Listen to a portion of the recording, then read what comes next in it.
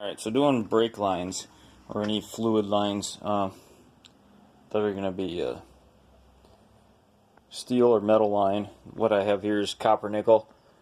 If you're making your own, instead of buying straight lengths with fittings already on them and already flared, looking to make your own, run your own lengths and stuff, you can do it actually if you got all the right tools and stuff, and you can get by with a lot less tools and stuff just to get lines made and stuff, one rusted out on your car or something. But if you're going to do it on a regular basis, or at least more than just a few repairs here and there, if you're going to redo entire cars or do any sort of restoration or something like that, I would suggest getting, several tools, make it easier, make it professional looking. And so I'll go through a few that I have here. So obviously the lines and stuff. This is a copper nickel line.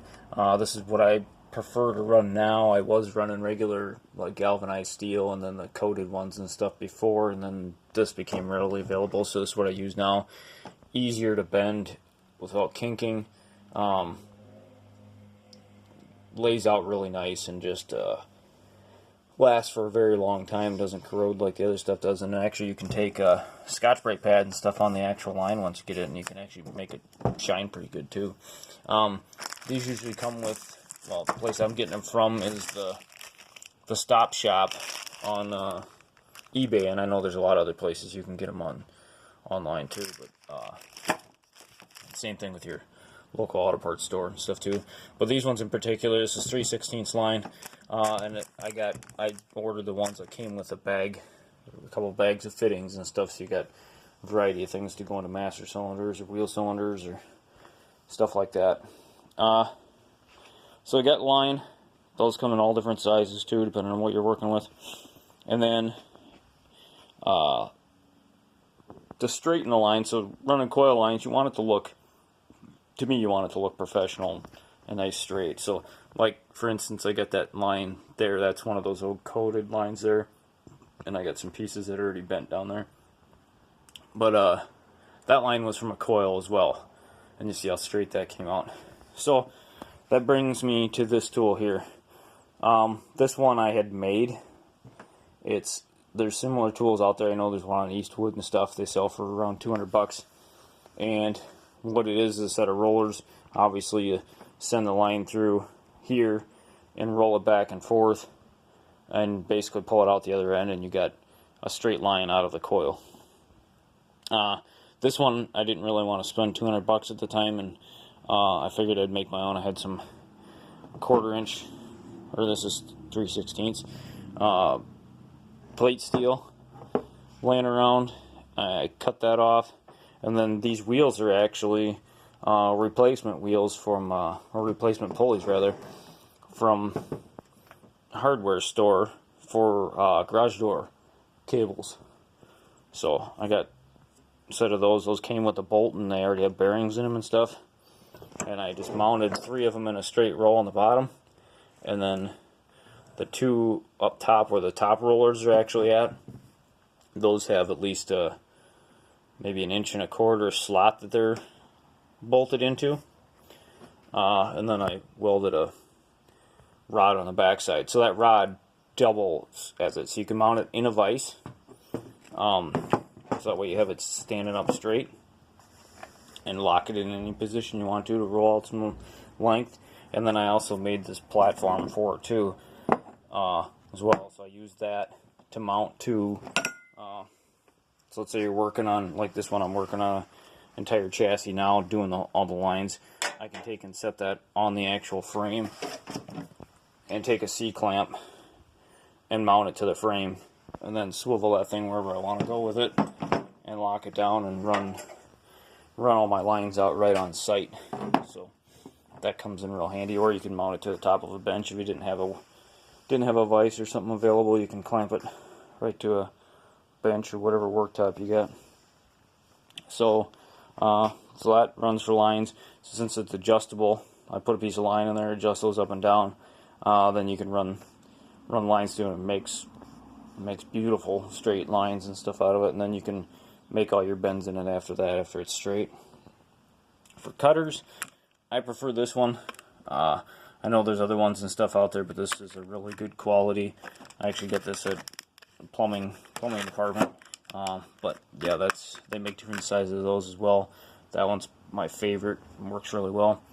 So that you cut the lines with, and then for deburring, I got this one from Eastwood. I think several other places make it now, but it has 2 ends in it, one for doing the outside chamfers on it, and then this end slides out. I can show you that here. To do the inside of the line, unscrew this end here, and that slides out the end, and you chamfer the inside of them to deburr them. Works really nice, rather than using the pieces that were on some of those and trying to deburr them. Just kind of flatten things out instead. And then I got a couple benders and stuff here. These are kind of all off preference. This one works pretty good. I mean, it's for different size lines. You really need it when you're getting up into bigger sizes than the 3/16 to make lines without kinking them and stuff. And then also, I know other places make this one. This one's an Eastwood one. I want to say Harbor Freight sells this now too, but at the time they didn't. This is a multiple. I think there's, yeah, it looks like 1/4 inch and 3/16. That you can bend in tight places or tight ends or something. Looking to do a lot of my bends now, especially in 3/16, I'll do them by hand. You know, get yourself a good set of gloves and ones that fit nice, and then that line's really easy to work with. And then a lot of other things you can make lines with, or even rounded corners of things. So like, for instance, the side of this frame or something, you can make a nice 90-degree bend and stuff over the side of the frame with that line and stuff. So just a few tools I use and stuff in there. And then here's probably the most important one I have. So they do make little sets of these flaring tools. This one just happens to be a bigger, fuller set, and this one I like a lot. So this one's hydraulic, and they do make other versions of these with dies and stuff. This is one I picked up several years ago because I used one at a shop I worked at and I really liked it. So I finally found one. And then these are a little more on the pricey side, but if you're going to do this, I mean, it basically pays for itself. Make some lines for some other people and stuff too. So I would say, yeah, these ones make here, you can make gas lines and stuff with these too. The different sizes. Let's see, we even got this quick disconnect line and stuff, a lot of GM. There's bubble flare ones, regular inverted flares. So it's got all the dies in different sizes. You know, I even got all the way up to 1/2 inch, it looks like, and then it also does metric in there as well. Very handy tool to use. I mean, it's almost priceless. I mean, you just probably spend anywhere between $300 and $500 on it, but if you're going to do it for any length of time, or, you know, I might only use it once a year sometimes, you know, and it's still, every time I pull it out, I never regret paying for it. So, definitely some tools I'd recommend buying if you didn't want to make your own straightener and stuff. By all means, they do make them. Like I said, they're around $200, and just some handy tools to have. So I'm going to actually make some lines for this this chassis here. Make new ones over the axle and then down the entire frame. Basically making every line myself on this truck. So we'll go from there and start popping out some things here and showing you how they work. But I definitely recommend these things here. So that's all I got for that. So.